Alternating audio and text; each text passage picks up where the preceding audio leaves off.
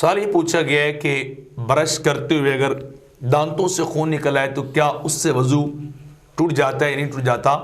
تو جواباً عرض یہ ہے کہ اگر آپ برش کر رہے ہیں اور آپ کے دانتوں سے خون نکلا ہے اور وہ خون آپ کے تھوک پر غالب آ گیا ہے تو پھر آپ کا وضو ٹوٹ گیا اور آپ کو نئے سرے سے دوبارہ وضو جو ہے وہ کرنا پڑے گا۔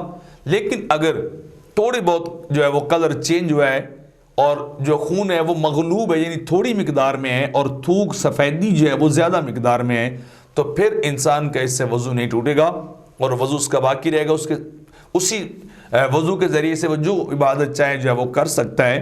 بس یہ قانون سمجھ لیں کہ خون زیادہ ہو تھوک کم ہو تو وضو ٹوٹ جائے گا، اور اگر جو ہے وہ خون کم اور تھوک زیادہ تو وضو جو ہے وہ نہیں ٹوٹے گا۔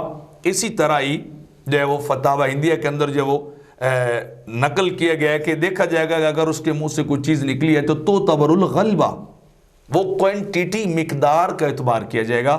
جو مقدار بڑھے گی، خون کی مقدار بڑھے گی تو وضو ٹوٹ جائے گا، اور اگر خون کی مقدار نہیں بڑھے گی تو پھر وضو جو ہے وہ نہیں ٹوٹے گا اور وضو باقی جو ہے وہ رہے گا۔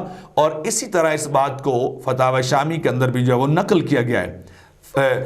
فقہ کی مختلف کتابوں کے اندر بس یہی قانون چلتا ہے، جو چیز زیادہ ہوگی وہی حکم جو ہے وہ پکڑ جائے گی۔